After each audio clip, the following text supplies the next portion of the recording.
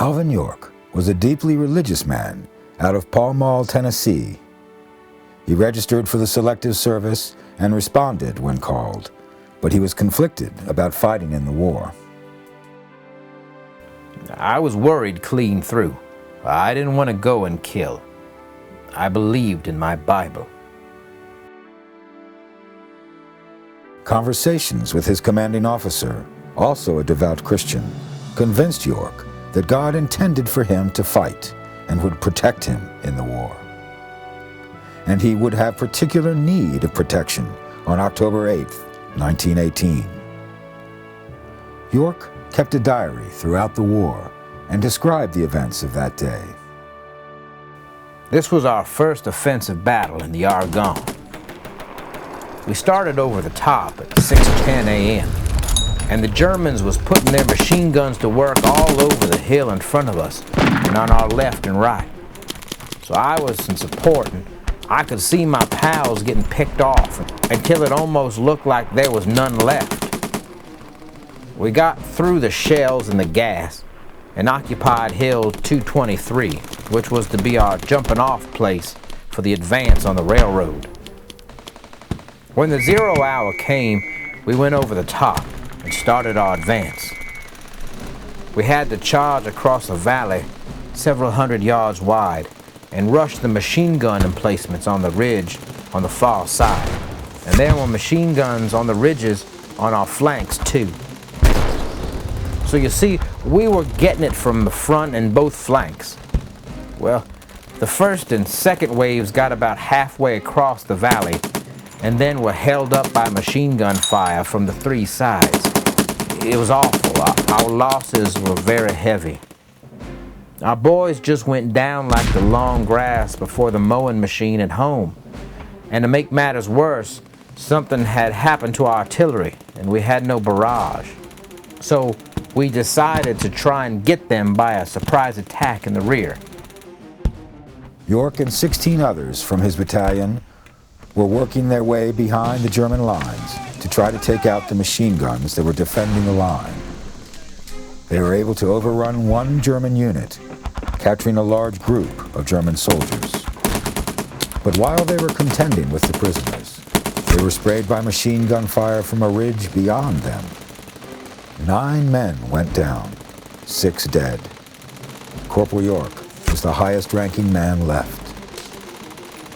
York left his men to guard the prisoners and worked his way toward the German machine gun nest alone. Those machine guns was spitting fire and cutting down the undergrowth all around me something awful. And the Germans were yelling orders. You never heard such a racket in all your life. I didn't have time to dodge behind a tree or dive into the brush. As soon as the machine guns opened up fire on me, I began to exchange shots with them.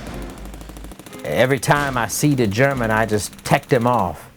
At first I was shooting from a prone position, just like we often shoot at the targets in the shooting matches in the mountains of Tennessee. And it was just about the same distance, but the targets here were bigger. In the middle of the fight, a German officer and 5 men done jumped out of a trench and charged me with affixed bayonets. They had about 25 yards to come, and they were coming right smart. I only had about half a clip left in my rifle, but I had my pistol ready.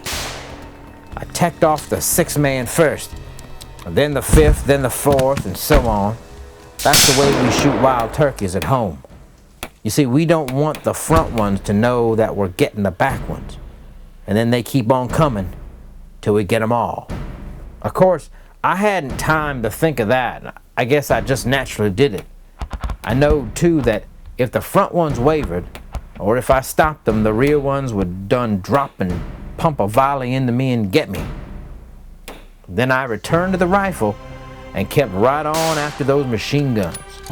I hollered to them to come down and give up. I didn't want to kill any more than I had to. I'd take a couple of them off and holler again. Faced with his growing losses, the German lieutenant commanding the unit called out in English to York, offering their surrender. York accepted. As a memorial, in the French village of Château-Chéry, states. Armed with a rifle and pistol, he silenced a German battalion of 35 machine guns, killed 25 enemy soldiers, and captured 132.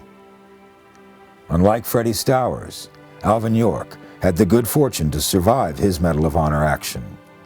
He was quickly promoted to sergeant and given the Distinguished Service Cross for his actions. Months later, the commanding general of the American forces, General Pershing, presented him with the Medal of Honor. Sergeant York, as he is remembered today, survived the war and returned home to great acclaim. His story was published in the Saturday Evening Post, which had over 2 million readers.